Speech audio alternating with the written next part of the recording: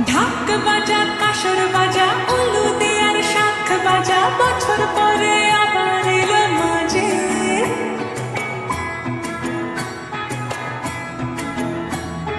পুজো পুজো